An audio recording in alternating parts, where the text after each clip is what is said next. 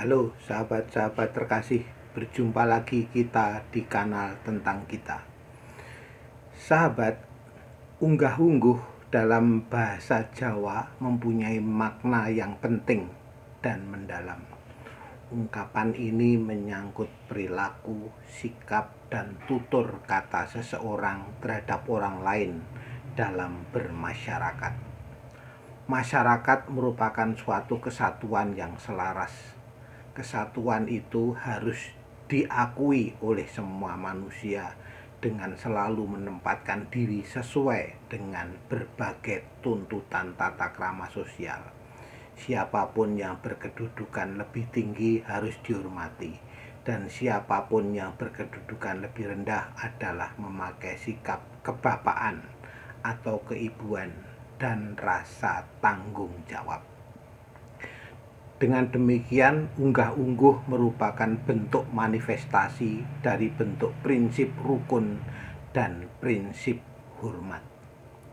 Unggah-ungguh dapat dimaknai juga sebagai pola tingkah laku manusia yang beradab dan bisa disamakan juga dengan istilah sopan santun, yaitu suatu peradaban lahiriah yang mencakup semua tindakan manusia yang keluar dari kesadaran dan selera baik.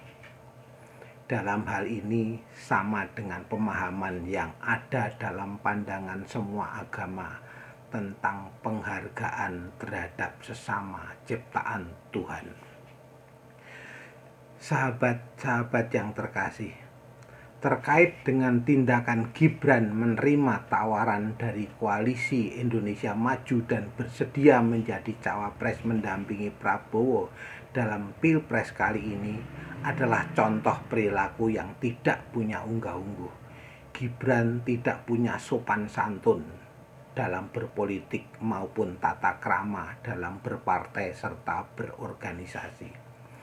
Sebagai anggota dan kader PDI Perjuangan, mestinya Gibran meminta izin atau bahkan mengundurkan diri secara tertulis.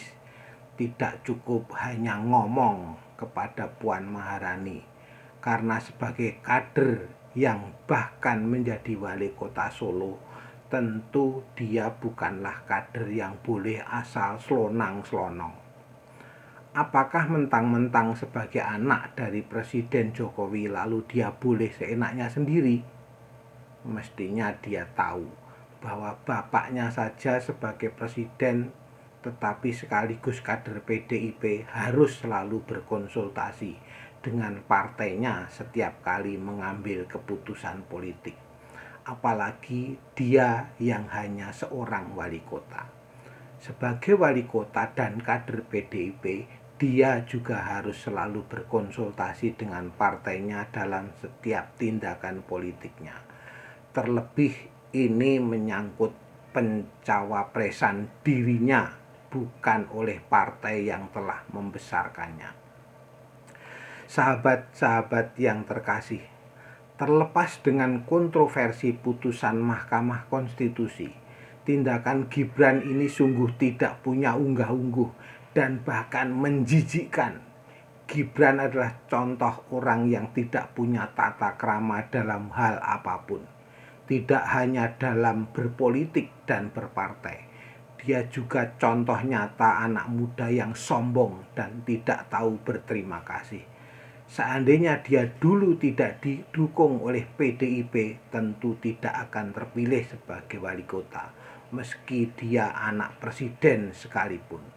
Tanpa dukungan PDIP, dia bukan siapa-siapa, hanya anak presiden yang jualan martabak.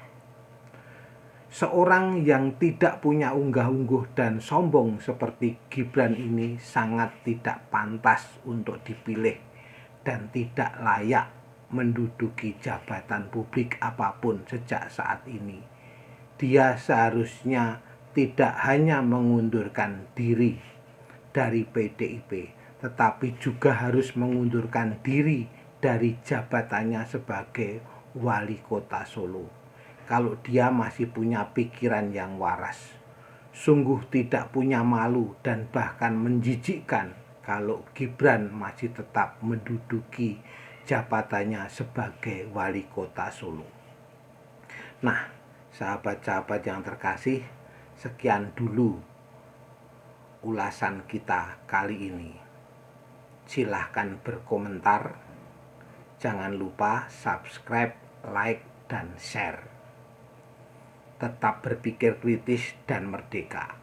Salam penuh kasih.